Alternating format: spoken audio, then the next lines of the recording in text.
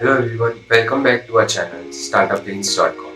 I'm Pratham Shamdani, and as you know, these are the interviews we are conducting for the promotion of various startups. So for today's interview, we have Mr. Vinod, the CEO and founder of Shri Nidhirav Yaya Organic Farms, which was founded in 2016 with the goal to develop and promote organic methods of sustainable farming.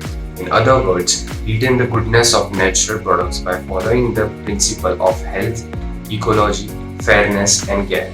Their vision is stay close to nature. Their mission is to protect the environment, minimize soil degradation and erosion, decrease pollution, optimize biological productivity, and promote a sound state of health. So let's start the interview.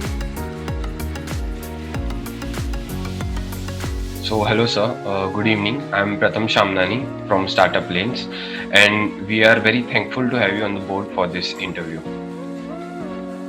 Hi Pratham, nice meeting you and thank you for the opportunity. Sir, I would request you to introduce yourself to our viewers.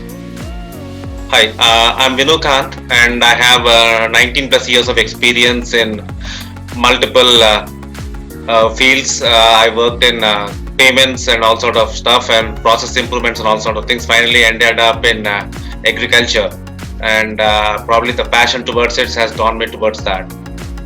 Okay. Okay. So my first question to you is, how did you come up with the idea of startup? Well, coming to a startup, I particularly believe in one quote, which is if you can dream it, you can achieve it. So this thought always motivates me to achieve the dream and shows the power within. Sometimes the pressure of achieving our dream is such that we start losing hope and we tend to think that our capabilities are not enough to fulfill what we dream to achieve. That's where the visualization of the goal gives power within to achieve it. I believe if I can foresee achieving my dream, then it's worth achieving. So I don't fear the world. I do not let the world judge my achievements. I trust in myself and I put in all my efforts. And most importantly, the farming, what we are doing it currently it is born because of the innate love for farming, cows, and vegetation. This gives us an opportunity to be close to the soil and nature. And we practice holistic farming, using the indigenous cow manure, cow dung, and inoculation of healthy bacteria to the soil using all the farm leftovers for mulching. And the most important thing is usage of indigenous seeds for the planting and focus on soil to give its best. Importantly, we need to revive and maintain the soil's natural power. Okay, that's great. So, what was the most difficult part in the early stages of your growth? I can say that first up, the most important thing is the letting the people know that the company exists was a challenging one. I can say that it's more like how many times do we hear saying that I see this and I say that I want to go and buy it. It's very rare and it's almost never, I can say. So our challenge is to get that message right in front of the people over and over. Hey, we are an organic farm. Our food is as safe as mother's love and affection. We grow our products with indigenous seeds which have various benefits on every individual's health. If I say as an example, one of the variety of the traditional variety of paddy is which is called as pungar, which is also known as the woman rice. Okay. Which is good for women, especially during the pregnancy, which is said to induce normal delivery in pregnant women. It helps to control your cholesterol, and it also contains vitamin B1, which is especially helpful in case of mouth and stomach ulcers and stomach related problems, and also help to resolve hormonal issues of the woman. And along with that, the challenges what we have is that the company's growth is depending on establishing the relationship which is purely based on the trust. The customers who have supported us in the initial phase should stay with us is our main aim, as they are the face of our company, and they are equal to our marketing heads. And regular feedback and interactions from them will always help to improve our services. Okay. What was the gap in the market that you identified? Okay, I can say that see the Generation Z or the Zoomers and the Generation Alpha, which are up to till 2020s, Yes. And how many of them we really know that they are playing in soil, get drenched in in rain, and walk barefoot in the soil? It's hardly people. These people are not that comfortable in that. And all these people have lost the touch with the nature and soil. And most importantly, the ability to fight against diseases and the immunity has taken a toll. I believe the last generation, which is called the Generation X, are the last batch of individuals who has enjoyed nature and life. They are aware and curious about their food, and reconnecting consumers with the origins of their food is no small task. It is a huge undertaking that takes time and involves many different methods, steps, and complexities.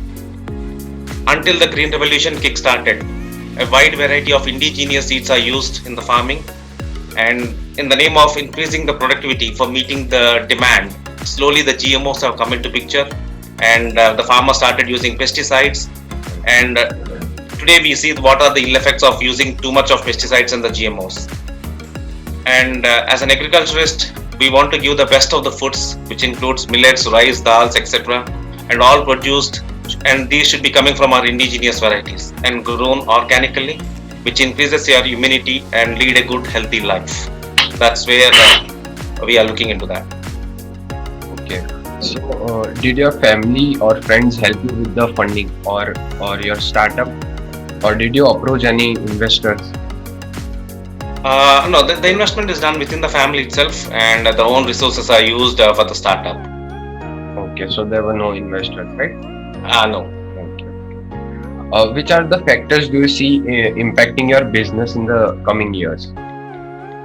I can say that, instead of me focusing on the factors which are impacting the business, I would like to focus more on timely decisions, understanding the consumer needs, and building and maintaining a relationship with the consumers, and exploring new technology to improve the farming methods, and making sure the values are intact.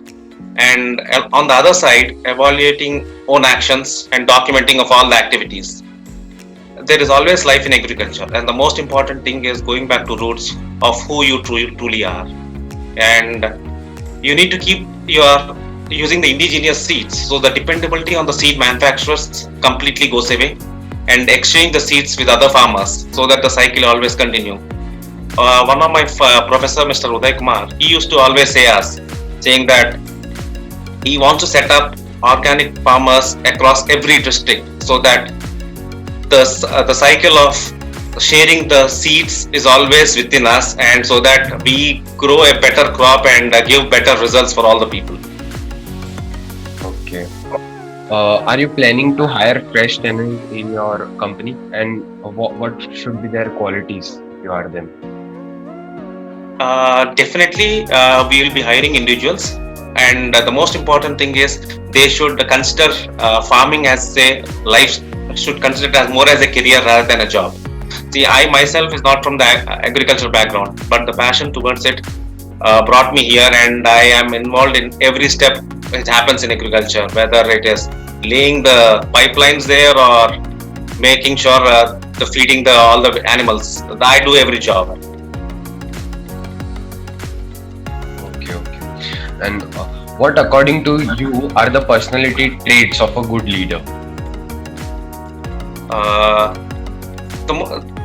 there are multiple points where we can say that the first of all thing is having a vision, and the ability to travel an unexplored path, and also able to manage the success along with the failure. And the most important things are like being accountable and being decisive.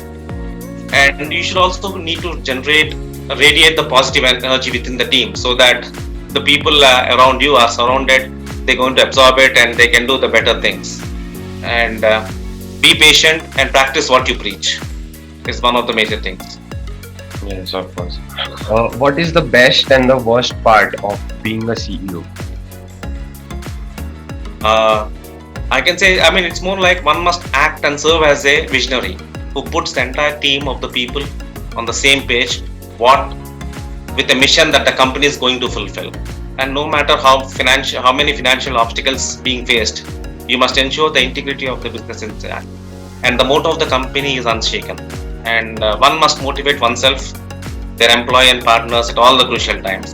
But the most important thing is praise must always be distributed for great work and must be ready to accept personally of all errors in strategy, judgment, and performance. Yes, are you looking for any new vendors to help you simplify or any of your business? Yes, definitely. And what I mean, there's always a quote saying that the only thing which is constant in life is change, and everything and everyone is interconnected and interdependent. And we need to rely on the new technology and identifies ways to improve agriculture industry without losing its value. So that's the core and the important part. Definitely, we'll be looking out for some vendors who can provide us such sort of services. Okay. And my very last question to you is, what are the recent and long-term plans of your startup? Uh, the long-term plan is always it is more like focus on the expansion and also setting up the indigenous seed bank. Along with that, set up a Goshala and a Vedic school and creates a lasting legacy. Currently, I mean, our recent plans are something like currently we have a customer bases across 8 states in India and also in 6 countries. So we are working on expansion of it and make sure we have a constant flow of all the new customers and provide new services. And also working with some of my friends who are in different countries are having a more like a partnership there so that we can expand it into the countries also, to some of the countries. Okay. And so lastly, I would like you to say something to your viewers or our viewers. See, agriculture is one of the most important things, wherein it always says India is always an agriculture country. Yes, but the people are currently what the buzzword is across in the name of organic, and there are companies and there are people who are misusing it, and in the name of organic, people are overcharging it, whether it is really valid or not, and there is no confident or there is no guarantee saying that is this real organic. The best option is make sure make friends with the farmers and form it as more like a group. Understand, see, definitely you know what your requirements are, and the farmers are also aware saying that this is what I'm doing it. So instead of the farmers cultivating acres and acres of land of the same crop, they can do multiple varieties of it, so that it would be really helpful and really beneficial for them personally and financially, because they can earn on a monthly basis, as well as support the groups and the customers with the proper food. And having a farm visits now and then will also keep them motivated, and even the customers can also come visit the farms and they can pick up their own produce if required. And one of the thing what I also feel is on this more like a subscription farming, what I'm just talking about it. So it is like I know what my requirements are on a monthly basis. Say we use our subscription for our Netflix, Prime, mobiles, and all sort of things. So in that way, if we move into farming also into subscription mode, definitely it would be really beneficial for everyone. So we are very thankful to have you on the board for this interview. Thanks a lot. Thank you, brother. Thanks.